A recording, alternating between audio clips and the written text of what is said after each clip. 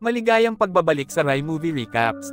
Narito na naman po tayo para sa isa na namang magandang pelikula na pinamagatang Ana na napalabas noong 2019. Ito ay patungkol sa isang babae na mamamatay tao at ginagamit niya ang sarili niyang katawan para magawa niyang mapatay ang kanyang mga target. Kaya't ano pa ang ating hinihintay? Sit back, enjoy and relax, love you. Sa simula ng eksena, nakikita natin ang ilang mga anino ng CIA na pinaalis sa kanilang buhay sa Moscow ng gobyernong Ruso sa ilalim ng pamumuno ng direktor ng KGB, si Vasiliv. Ang kanilang mga ulo ay mabrutal na ini-decapitate at ipinadadala sa Embahada ng Estados Unidos bilang isang nakakabagbag damdaming mensahe. Pagkatapos, ang eksena ay tumutok sa 5 taon mamaya, at nakikita natin ang isang lalaking tinatawag na Sami, na nagmamasid para sa potensyal na modelo para sa isang ahensyang nakabase sa Paris. Ang kanyang paglalakbay ay dinala siya sa isang lokal na pamilihan sa Moscow, kung saan napansin niya ang isang magandang babaeng tinatawag na Ana na nagtitinda ng mga larwang matryoshka. Iniaalok ni Sami kay Ana ang isang alok na nagpapahayag na siya ay mag-consider ng isang karera sa pagmomodel na may lahat ng gastusin sa pamumuhay ay saklaw ng organisasyon. Matapos mag-isip-isip, nagpa siya si Ana na tanggapin ang alok. Nang dumating si Ana sa Paris ang mismong sumunod na araw, dinala siya sa isang tour sa modeling agency. Doon, nakilala niya ang isang operator na nagngangalang Dorothy at ang pinuno ng agency, si John. Pagkatapos, ipinakita ni Dorothy sa kanya ang apartment na pagkakatirahan niya at ng iba pang mga modelo. Biglaan, ibinigay kay Ana ang gawain na kumuha ng litrato kinabukasan ng walang anumang naunang karanasan o tagubilin. Bilang resulta nito, sa simula'y nahihirapan siya sa pagpopos at facial expressions. Ngunit bilang mabilis na nag-aaral, agad siyang nakakapit sa kanyang bagong propesyon, nagbibigay ng kahangahangang mga pose at ekspresyon. Pagkatapos ng isang nakakapagod na araw, bumabalik si Ana sa kanyang kwarto, upang makatagpo ng ilang kapwa modelo na kasangkot sa maselang gawain sa kanyang kama. Hinaharap niya sila, ngunit binubuli siya ng grupo at inaanyayahan pa siyang sumali. Naiinis, iniwan ni Ana ang kwarto at nagpa siya na mag-share ng kwarto sa isa pang modelo, si Maud. Isang gabi, nagdaraos ang ahensya ng isang dinner party para sa lahat ng mga stakeholder nito, kabilang ang mga modelo. Ginamit ni John ang pagkakataong ito upang ipakilala si Ana kay Oleg Filenkov, isa sa mga partner ng kumpanya.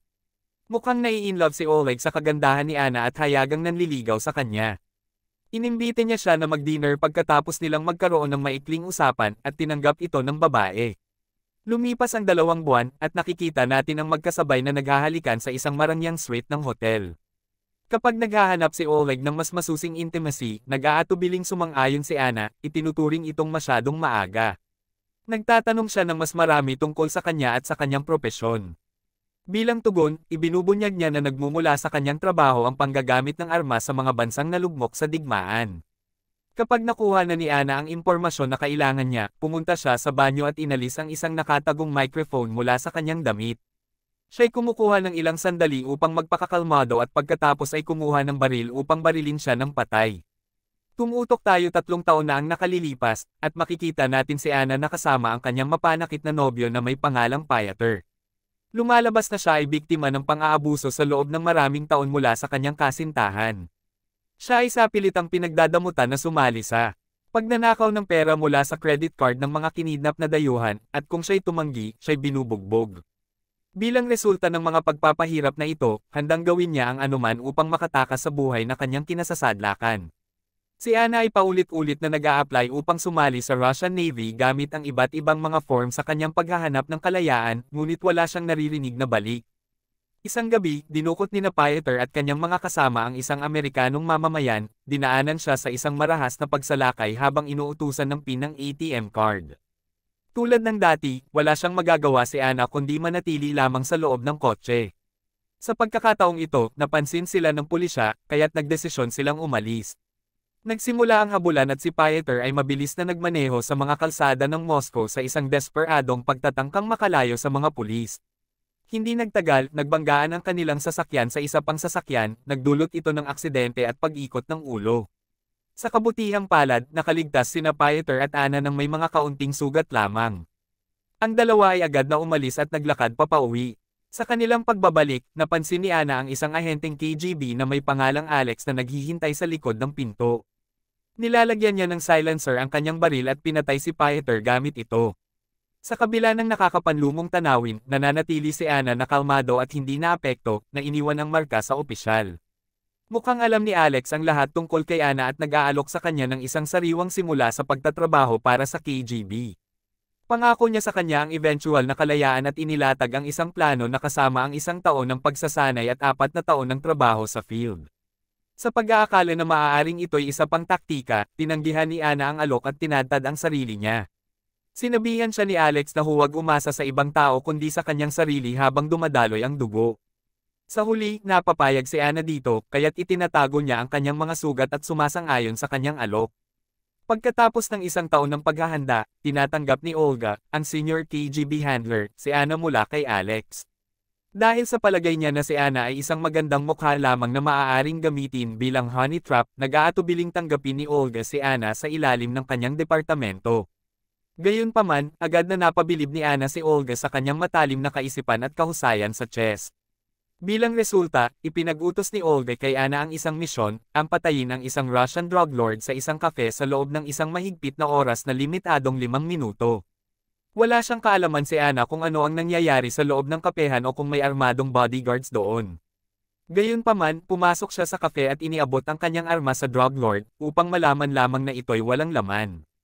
Bilang resulta, nagsimulang atakihin siya ng mga armadong bodyguard. Ito ay nagpilit sa kanya na makipaglaban ng malapitan. Inilantad ni Ana ang kanyang sarili bilang isang mahusay na mandirigma at inalis ang mga bodyguards isa-isa, nakakagulat ang lahat.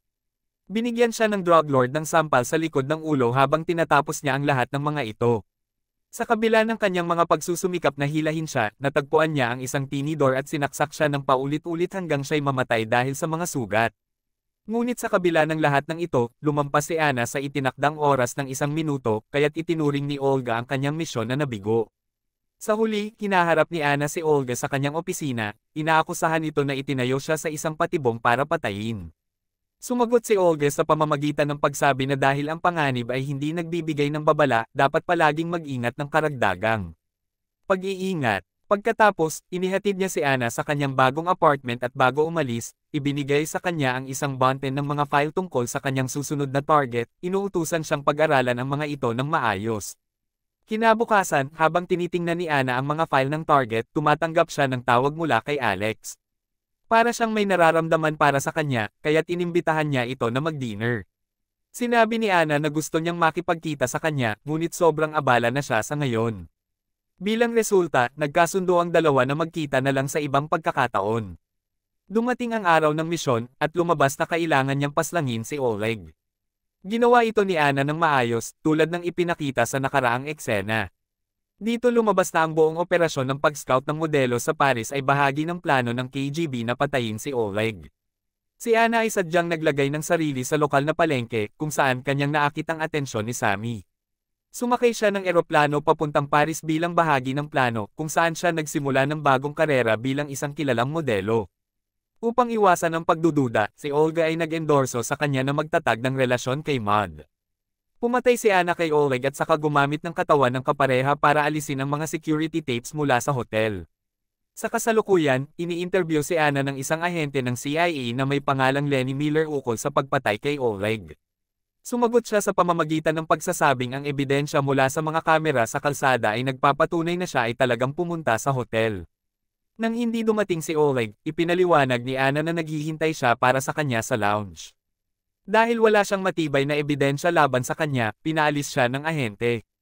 Ang sumunod na eksena ay nagpapakita kay Ana na bumabalik sa Moscow matapos ang matagumpay na pagtatapos ng kanyang misyon. Bumisita si Alex sa kanya habang siya ay nasa kanyang apartment. Mukhang nagkikita sila matapos ang mahabang panahon, kaya agad silang naghalikan. Kinabukasan, si Olga, si Alex, at si Ana ay pupunta kay Vasiliv.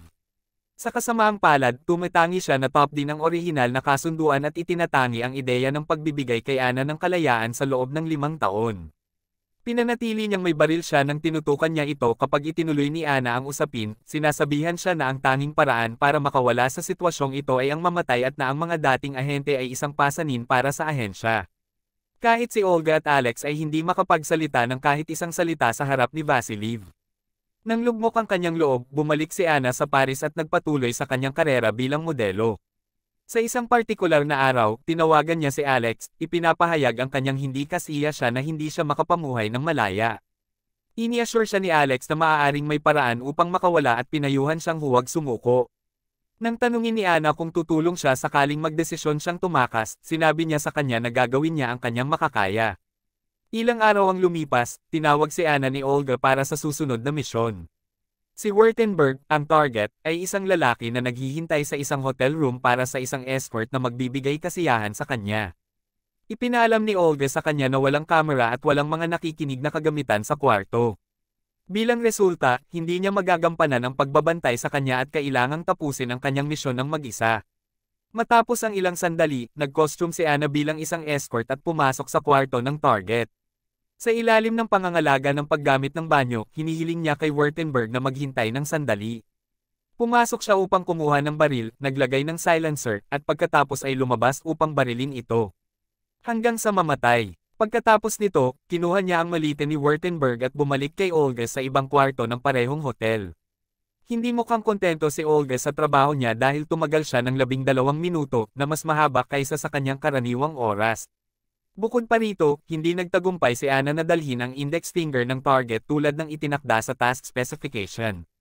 Bilang resulta, bumalik si Anna sa kwarto ng target, nilagyan ng mutilation ang isang index finger, at dinala ito pabalik. Sa puntong ito ng panahon, umiiyak si Anna at nagtatanong kung ilan pa ang kailangan niyang patayin. Si Olga, na nararamdaman ang kanyang pagkairita, inirerekomenda na magbakasyon siya ng 1 linggo kasama si Maud. Napatunayan na napakalaking tulong ng bakasyon ni Anna sapagkat matagal na niyang itong kailangan. Pagkatapos nito, bumabalik siya sa trabaho na pakiramdam ay lubos na nabubuhay. Na-impress si Olga sa kakayahan ni Anna na gawin ang maraming gawain ng may kasigasigan mula sa araw na iyon. Tagumpay siya sa kanyang propesyon bilang modelo sa parehong panahon. Matapos ang ilang buwan, tinawag ni Vasiliev siya dahil sa kanyang magandang pagganap at inimbitahan siya sa isang pulong sa Moscow. Agad na pumunta si Anna sa KGB headquarters pagdating niya sa Moscow kung saan siya nagtagpo kay Alex. Nahulog sa kanilang damdamin, sila'y nagmadali sa isang lugar ng imbakan at nagkaroon ng pakikipagtalik. Pagkatapos mabusog, pumasok si Anna sa opisina ni Vasiliev kung saan sila nagkaroon ng usapan habang naglalaro ng chess. Malapit lang si Alex nang makita niyang kakaiba ang galaw ng mga kamay ni Anna sa ilalim ng mesa. Sa isang hindi inaasahang pangyayari, natalo ni Anna si Vasiliev sa laro at sa parehong oras, kumuha siya ng kanyang baril at binaril ito sa kanyang noo. Ang eksena ay biglang bumabalik sa 6 na buwan na ang nakararaan nang mabigyan si Anna ng misyon na patayin si Wurtenberg. Sa araw na iyon, habang siya ay lumalabas mula sa banyo, nagulat siyang makakita ng siyentipikong Lenny at ang kanyang koponan na naghihintay upang hulihin siya sa kanyang ginagawa. Matapos siyang ikabit, inalok ni Lenny na magtrabaho para sa kanila bilang isang dobleng ahente. Bilang kapalit ng 1 taon na paglilingkod niya, ipinangako niya sa kanya ang kalayaan at isang ligtas na buhay sa Hawaii. Na may kaunting opsyon na lamang, tinanggap ni Anna ang alok. Bago sila maghiwa-hiwalay, tinanong niya siya kung paano siya nahuli ni Lenny, saan sinagot niya na nakilala niya ang paraan kung paano niya hawak ang kanyang bag. Ito ang buong pangyayari kaya tumagal ng 12 minuto bago bumalik si Anna kay Olga noong araw na iyon. Bumisita si Lenny upang tingnan kung paano siya nagpapahinga sa kanyang 1 linggong bakasyon, at nagkaroon sila ng munting usapan sa isang aparador. Inimbitahan siya ni Lenny para sa hapunan, ngunit hindi ito nangyari dahil patuloy pa ring nagmamasid si Olga sa kanya. Ngunit ng gabing iyon, nagkaroon sila ng lihim na pagpupulong sa kanyang kwarto at nagsimula silang mag-date. Nagpatuloy silang magkita ng mas madalas pagkatapos, kahit na pagkatapos nilang bumalik ng Paris. Isang araw, iniutos ni Lenny sa kanya ang isang misyon na patayin si Vasiliev dahil ito ay nagbabanta sa maayos na relasyon sa pagitan ng KGB at CIA. Iniulat din niya kay Anna ang araw na pinatay ni Vasiliev ang 9 na mga ahenteng nagtatago ng US sa isang araw habang siya ang nasa pamumuno ng CIA sa Moscow. Nag-alok siya ng maagang kalayaan kay Anna pagkatapos ng matagumpay na pagganap ng gawain bilang isang hakbang upang kumbansihin siya, at tinanggap ito ni Anna. Pagbalik sa kasalukuyan, inilagay ni Anna si Alex sa ilalim ng pang-aapi sa gunpoint pagkaraan niyang pumatay kay Vasiliev. Ina-administer ang isang sedative injection na nagpapatulog sa kanya. Pagkatapos nito, kinuha niya ang mahalagang impormasyon mula sa computer ni Vasiliev at ini-save ito sa isang flash drive bago umalis. Si Alex, sa kabila ng kanyang antok, nagtagumpay na gumapang patungo sa mesa ni Vasiliev at i-activate ang isang emergency button sa ilalim nito na nag-aabiso sa security team. Gayunpaman, si Ana, na isang mataas na bihasang mandirigma, ay nagpapang-down sa lahat ng mga gwardiya sa kanyang daan. Bagaman dito, siya ay hindi nakarating sa tamang lugar ng pagkikita sa oras na si Lenny ay naghihintay para sa kanya. Ang malungkot na pagkaantala ay nagdudulot kay Lenny na isipin na si Ana ay nagtaksil sa kanya na nagtutulak sa kanya na umalis. Pagkatapos nito, pumunta siya sa lugar ni Mad at iniutos sa kanya na ipaalam agad sa kanya kapag nakipag-ugnayan si Ana sa kanya. Pagkatapos nito, sumakay si Lenny ng eroplano papuntang New York, kung saan siya binigyan ng gantimpala para sa pagpatay kay Vasiliev. Isang araw, habang si Lenny ay nasa trabaho, natanggap niya ang isang mensahe mula kay Ana na nagtatanong sa kanya na magkita sa isang tiyak na coffee shop malapit sa isang parke. Pumunta si Lenny sa lugar at doon ay natuklasan si Alex. Parehong nakilala ng dalawang lalaki ang isa't isa at ini-inform ang kanilang mga respektibong mga koponan na lihim na sumusuporta sa kanila. Si Ana ay dumating sa eksena ng maikli pagkatapos at nagbigay ng halik sa dalawang lalaki. Lumalabas na itinaguyod niya ang pagkikita ng dalawang kalahok ng sadya. Ibinabalik niya ang mga mahahalagang impormasyon na nauna niyang ninakaw mula sa bawat isa sa kanila. Gayunpaman, inaangkin niyang mayroon siyang kopya na ilalantad niya kung sakaling may isa sa kanila ang magtaksil sa kanya. Pinapayagan ni Lenny at Alex si Ana na pumunta tungo sa kanyang kalayaan sa pamamagitan ng pagsang-ayon na i-abdicate ang kanilang datos. Hindi nila alam na ang lugar ng kanilang pagkikita ay nasa ilalim ng surveillance ni Olga. Sa loob ng maikling panahon pagkatapos na umalis si Ana sa pagpupulong, nahabol siya ni Olga at siya'y matalim na binaril dahil sa pagtataksil sa KGB. Si Lenny at si Alex ay nagkakatagpo na may hawak na baril ngunit sa huli, napilitang umatras. 3 buwan na ang nakakaraan, nagtagpo si Ana at si Olga para sa isang update sa impormasyon. Sa pagpupulong na ito, inamin ni Olga na alam niyang nakuha ng CIA si Ana dahil napansin niya ang mga marka ng sapato sa kanyang mga kamay noong misyon sa Württemberg. Sa kabila nito, sinabi ni Olga sa kanya na sundin ang sinasabi ng CIA na nagbibigay daan sa kanya na patayin si Vasiliev. May personal na motibo si Olga para sa desisyong ito, gusto niyang kunin ang pwesto ni Vasiliev. Masusing na ilarawan na ang pamamaril ni Olga kay Ana sa parke ay ginanap dahil si Ana ay nakasuot ng bulletproof vest. Agad silang gumamit ng katawan ng iba upang gawing peking pagkamatay ni Ana habang ang tunay na Ana ay dumulas papasok sa kanal, nagpalit ng damit at inalis ang wig mula sa kanyang binabaldeng ulo bago tuluyang mawala sa kaguluhan ng mga tao, wakas na malaya. Sa mga pangyayaring ito, si Olga ay itinalaga bilang kahalili ni Vasiliev gaya ng kanyang ninanais. Sa pag-access niya sa kanyang computer, natuklasan niya ang database ni Ana na may kasamang video na mensahe. Sa video, ipinabot ni Ana ang kanyang pasasalamat kay Olga ngunit inilantad din niya na nai-record niya ang huli nilang usapan kung saan inamin ni Olga ang suporta sa plano ng CIA na patayin si Vasiliev.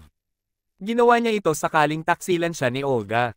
Ngumiti si Olga at saka tinupad ang huling hiling ni Ana na ang pagtanggal ng kanyang pagkakakilanlan mula sa database ng KGB. At, dito na nga nagtatapos ang pelikula natin para sa araw na ito. Maraming salamat sa panunood.